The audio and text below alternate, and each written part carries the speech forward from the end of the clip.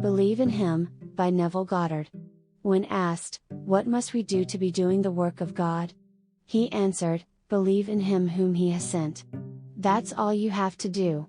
Salvation is yours when you believe in Him. There is no aristocracy of privilege, and to believe that Jesus exists means nothing. The question is, can you believe in His story? He tells us He was sent, and everyone who is sent is Jesus, the sender. Those who are called from the world of death do not volunteer or choose the task. They are selected, called, incorporated into the body of the risen Lord and sent as the sender, and can say, 'He who sees me sees Him who sent me.' After incorporation into His being, the individual is sent, not to tell that he has a large family, a lovely home, or lots of money, but that he has fulfilled Scripture. When Jesus entered the synagogue, He began to teach, and those who heard Him wondered how He had such learning, since they knew He was only the carpenter's son. They knew His mother's name was Mary, His brothers James, Jose, Simon, and Judas, as well as His sisters. Here we see a large family, and a man with little or no learning teaching the scholars of the day. He tells them that He was sent, not to build a house or to tell others how to do it, but to fulfill Scripture. Then, beginning with Moses and the law and all the prophets and the Psalms, He interpreted to them in all the Scriptures the things concerning Himself. Not realizing that Scripture was all about Him, a normal man from a large family whose trade was that of a carpenter was called, incorporated into the risen man, and sent, knowing he was one with the one who sent him. I can't divorce myself from the being that incorporated me into His body.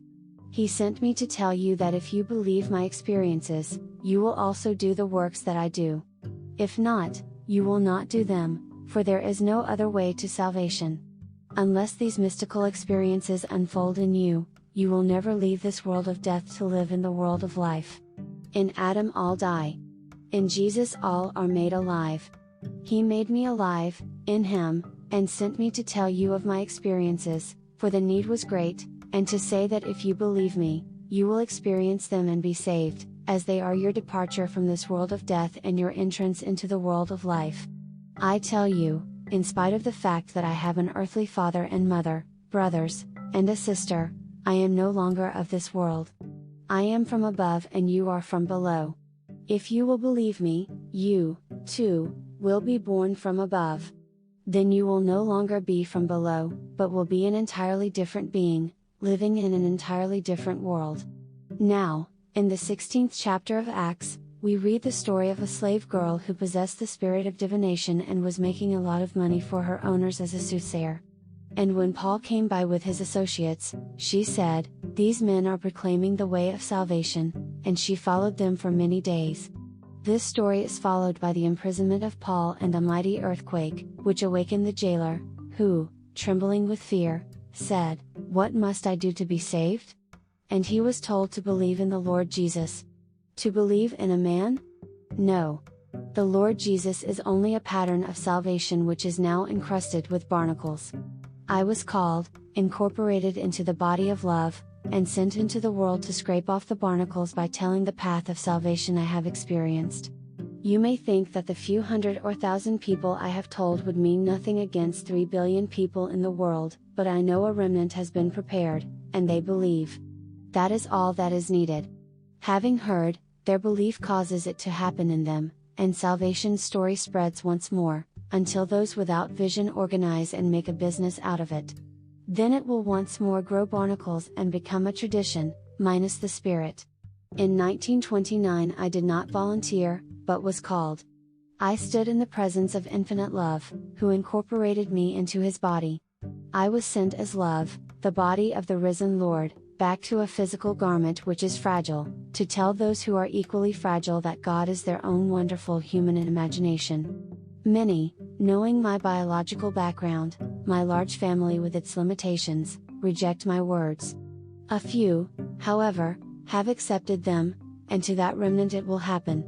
So what must you do to be doing the work of God? Believe in Him whom He has sent. I tell you He has sent me. You may or may not believe me, that is your privilege. But I tell you, the experience so changed me that I have walked by faith in this vision through the mire of doubt, even when it came from my intimate circle. One is first called, incorporated into the body of love, and then sent. This goes on eternally until all are redeemed, for not one will be lost. Just as by Adam all die, so also by Christ shall all be made alive.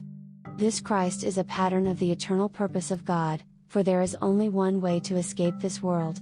The pattern begins by your birth as spirit. This is followed by the discovery of the fatherhood of God.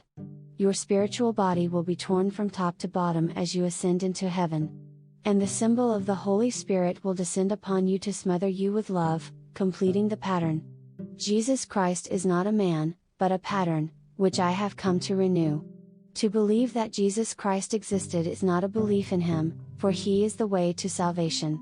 Now, once the ship is encrusted with barnacles, one is called and sent to scrape them off by retelling the story as something that happened to him. When I told my family, they could not believe me and questioned me, saying, "Neville, you mean you do not believe in Jesus Christ?" And I replied, "I believe in him far more than you do." "Don't you believe that he existed?" "Yes, but not as a man." To believe in Jesus Christ, you believe in the pattern of salvation of which he is. If you believe in a man, you believe in Neville, and Neville means nothing. If Neville was called and incorporated into the spiritual pattern of salvation, he is sent bearing the pattern which erupts within him. This pattern has erupted in me and I have told my story as I was sent to do. It is said that Jesus began his ministry when he was about 30 years of age. That doesn't mean 30 physical years, for he was not speaking as a biological man. 30 years after he was incorporated into the body of love, he was qualified by the eruption to tell what had happened to him. He told his visions and pointed out their fulfillment of Scripture, and some believed while others, so conditioned to believe in a physical Christ, could not understand.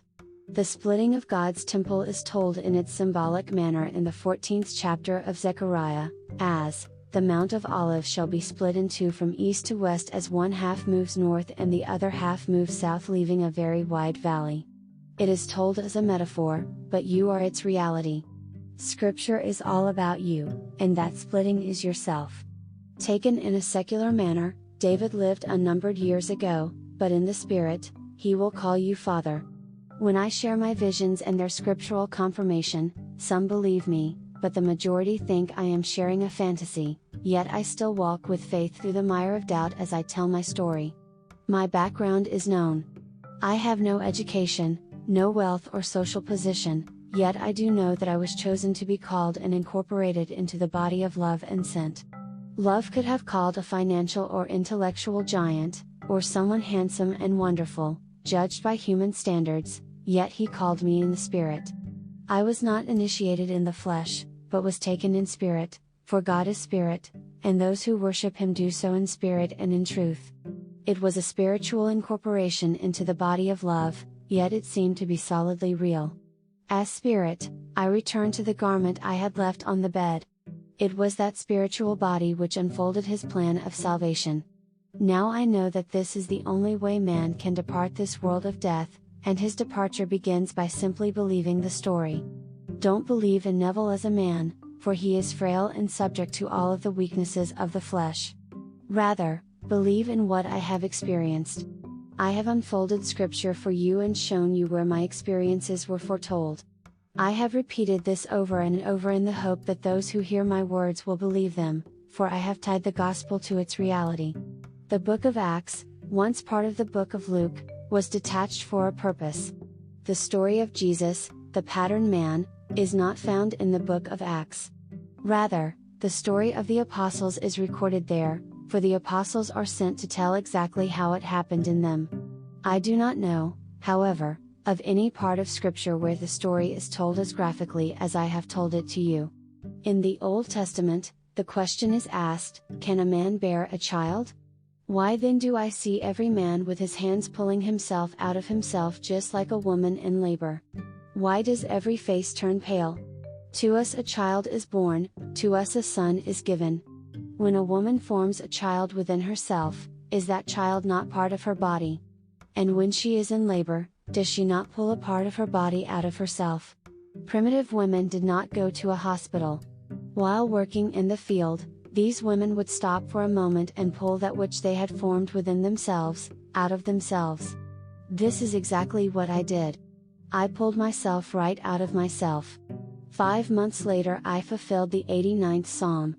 When David stood before me, I knew I was his father, as there was no uncertainty as to this relationship.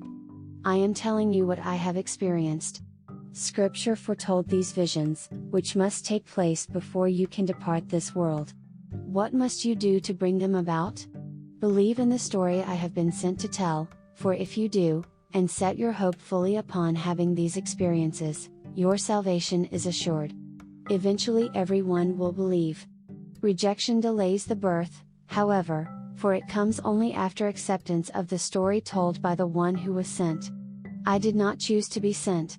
When I fell asleep that night, I would have been the last person I would have chosen as worthy to be called into the presence of the risen Lord. The Beatitudes tell us that only the pure in heart will see God, and I certainly did not feel myself to be pure in heart. My wife and I were separated, and my little boy was moving back and forth between us. With the conflicts which go with all these silly little things, I would never have judged myself worthy of being pure in heart. But God does not see what man sees. God sees the heart. He sees the motive behind the act, never the outer picture. Was the thought brought forth in love, or to get even? Was its motive to inflict pain, or to express love? God sees the heart, and when He judges it as pure, that individual is called. In 1929 I was called, and for 30 years I only taught the law. The promise was there in Scripture, but I did not know it until it erupted in me 30 years later. From that moment on I could do nothing but think about it, talk about it, and share my experiences of it, for that is what I was sent to do. My genealogy is known. My biological background, my father, mother, brothers, and sister, as well as my lack of education, is known, yet it is all recorded in Scripture.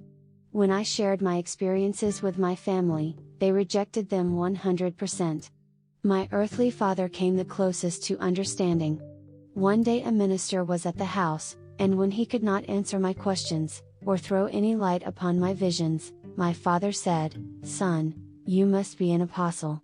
My mother felt it in her womb when I was coming into this world, but she had no confirmation, as I became a dancer, and she had thought I would be a minister in the Anglican Church. But I tell you, this is the only way to salvation. Don't believe in Neville. He is not the way.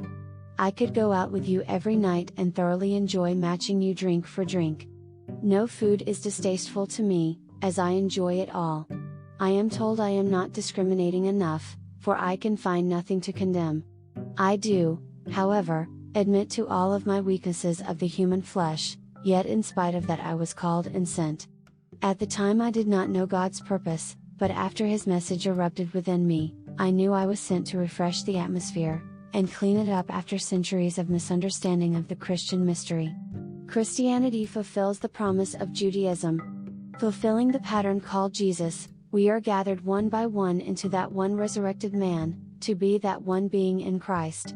I don't care what name you bear on earth, you will be sent as Jesus. You will play His part and share your experiences with all who will listen. Do not elaborate, but tell them that unless they believe, it will not happen to them and they will remain in the world of death. It is not enough to believe only that Christ existed. That is like saying to a friend, "I believe you exist." What an insult! The question is, do you trust Christ? Do you believe in Him?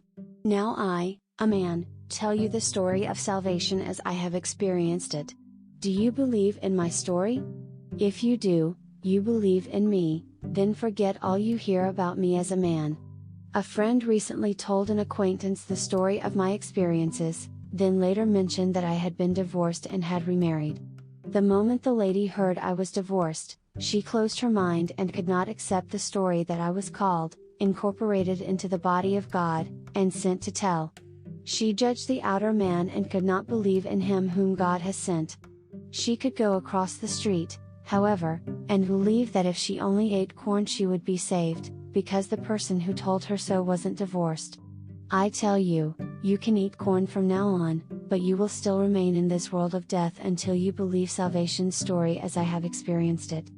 I don't care what you have done or are doing, if you believe my story and set your hope fully upon that grace which is coming to you, he who sees your belief will call you and erupt within you.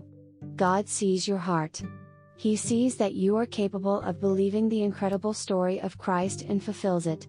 Ask the doctor who brought you out of your mother's womb to explain how the bones grew there, or how they were covered with flesh, and, although he can give you reasons why they appeared, he cannot tell you how it is done, as we are told in the books of Ecclesiastes and Proverbs, who knows how the bones grow in the womb of woman. Now I tell you of another birth, which is greater than that which comes out of woman. No one sees this birth, yet it is real, for it is the birth of God. He is born out of this body of death and takes you with him into the body of life. It is not necessary to understand this birth, only to believe in it. So, what must you do to be doing the work of God? Believe in him whom he has sent. And what must you do to be saved?